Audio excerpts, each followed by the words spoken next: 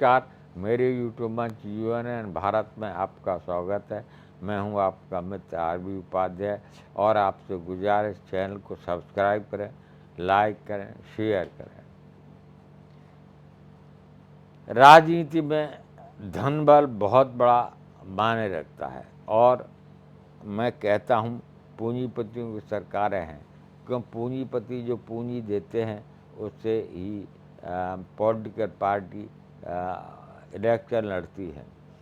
जिस पार्टी के पास जितना धर्मबल होता है उतना ज़्यादा प्रचार करती है, उतना ज़्यादा खर्च करती है।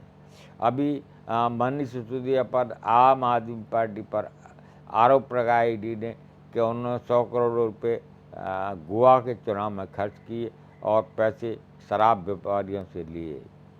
दोस्तों 100 करोड़ आम आदमी पार्टी ने खर्च किए तो और पार्टियों ने कितने खर्च किए, बीजेपी ने कितने खर्च किए, ये काम ईडी का है। मनी लॉन्ड्रिंग ईडी ने क्या अपना काम सही तरीके से किया?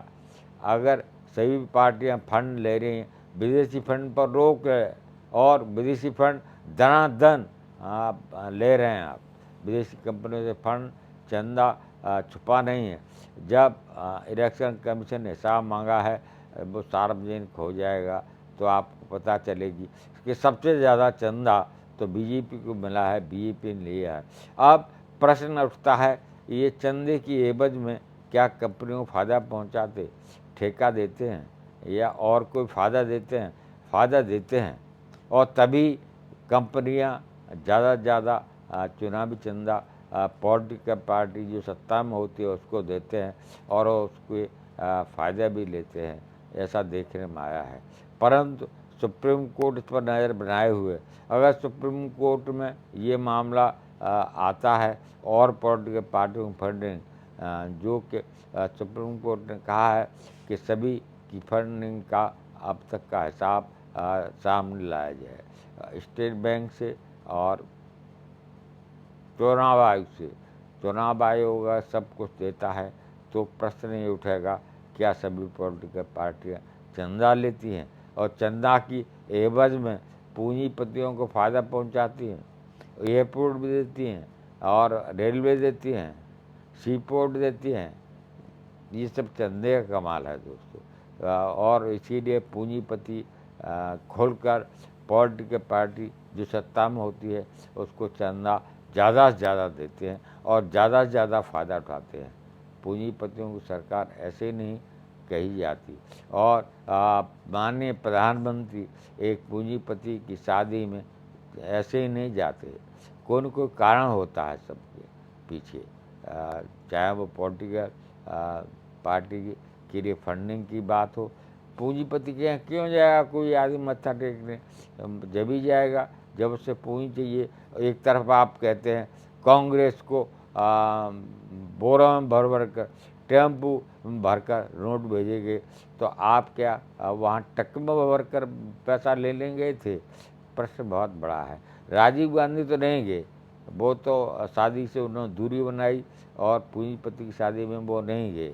परंतु जो कहते थे कि कांग्रेस को टेम्पू भरकर पैसा दिए वो शादी में गए, इससे साफ होता है कि कौन को गए, कौन लाया पैसे, ये बहुत बड़ा प्रश्न है।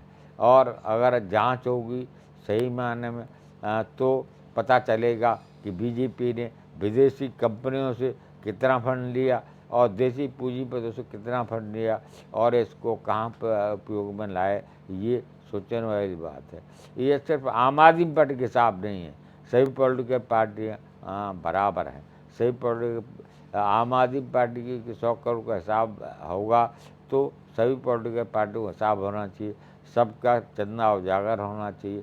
ये इलेक्शन बॉन्ड नाम की चीज़ जो आई गोपनीयता बरतने के लिए कौन कितने, वो ठीक नहीं है।